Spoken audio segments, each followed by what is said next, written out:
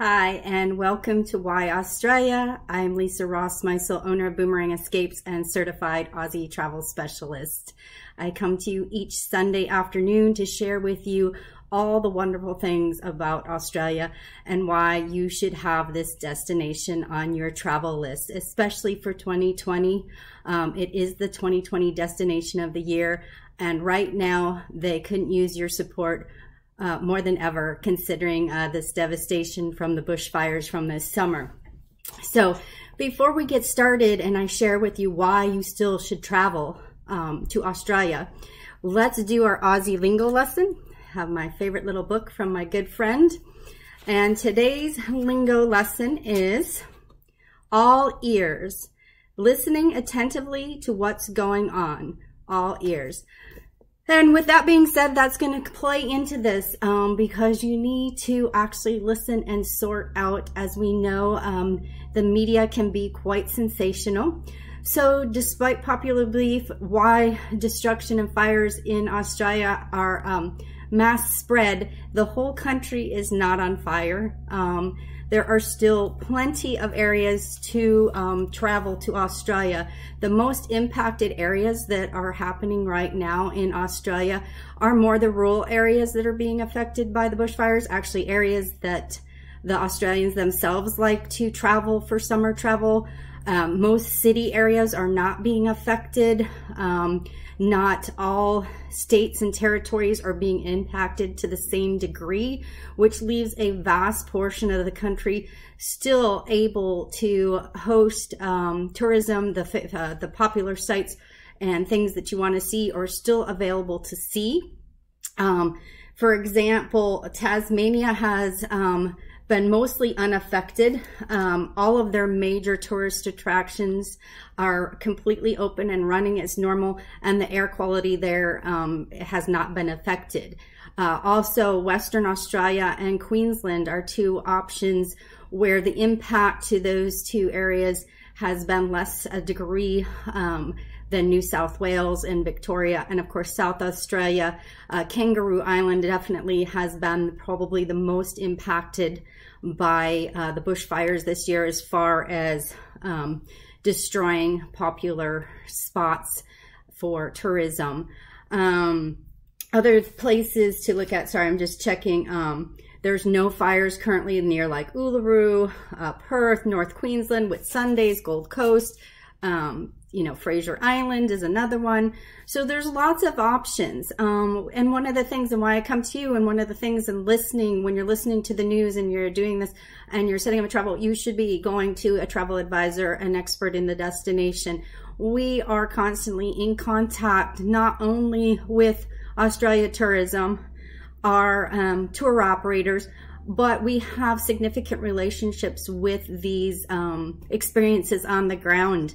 I know one of my dear friends who is being terribly affected on Kangaroo Island. He's been great at keeping us up to date every day with daily posts, emails every day. But we're here we're not going to send you where you're going to get hurt, and we're going to make modifications as they arise to make sure to keep your travel safe and to make sure you're not losing any money. So don't cancel your trip. Don't not go. And this applies in general to most destinations. Tourism is a huge, huge impact for most countries, generating billions of dollars. I know Australia, it's like $110 billion affect the economy just from the tourism industry. These people, these are their jobs, these are their lives. Ways that we can help too when you're in the country is to buy local, eat local, pay with cash, avoid the larger chains, make sure the money's going back into the pocket of the people. And also, there is an internet of relationships between the experiences on the ground, the government, everything, and it all trickles together to keep the country running and supporting their economic thing. Plus, the money will go back into the recovery efforts. There are also the opportunities, I know, just for Queensland, if you were going to go down there, there's different hotels and sanctuaries and things like that, that if you want to get actually more involved than just continuing your trip, you want to maybe be where you can impact and help, we can work on that. We can set up things for you to do where you're having more of a hands-on impact for the recovery to Australia after these massive bushfires. But certainly, as I said, the one thing you should not do is believe that the country is completely on fire, that you should not believe that it is unsafe to travel there. There are plenty of places that we can travel and create a custom itinerary. So for those of you that are already booked, again, we're monitoring it daily to see if we have to make any changes. For those of you when you're in destination, we're in constant contact. One of the things we have besides this extremely large support network that we work with when building your itineraries is we have 24/7 emergency service. Also, there are things you can do as far as keeping information and links on your phone, and we provide that information to you. I know, for example, clients I have now, I connect with them on WhatsApp or text or Facebook, social media. I am available for them to reach me, and in turn, my people that I work with have somebody on 24/7 to handle the situation. And I also have people that are in time zone, so things can be taken care of immediately. And these are just reasons, but there's really no reason. There's definitely things I can create for you, and you're still going to get a great experience. You're still going to see lots of Australia, and you're going to help her recover. Of course, the wildlife is probably one of the most devastating things going on right now.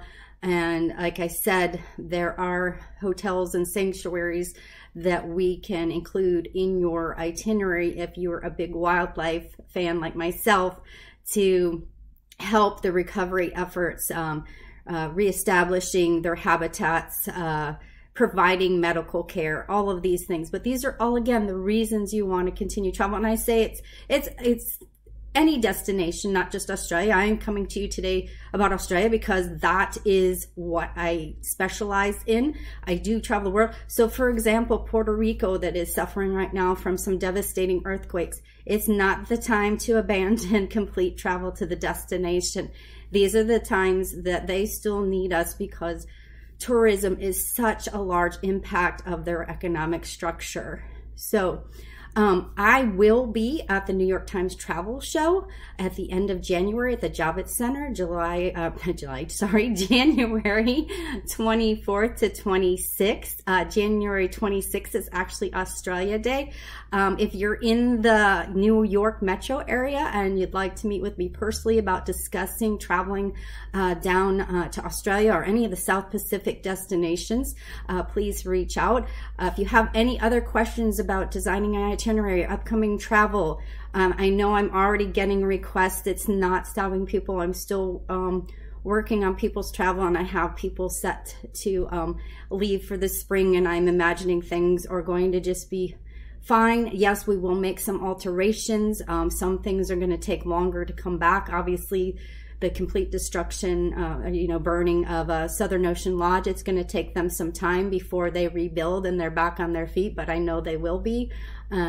But there are other luxury lodges if you're looking for a luxury experience. So there's always options, and the best way to know whether an area is safe or if you're gonna is to contact your travel advisor, travel specialist like myself.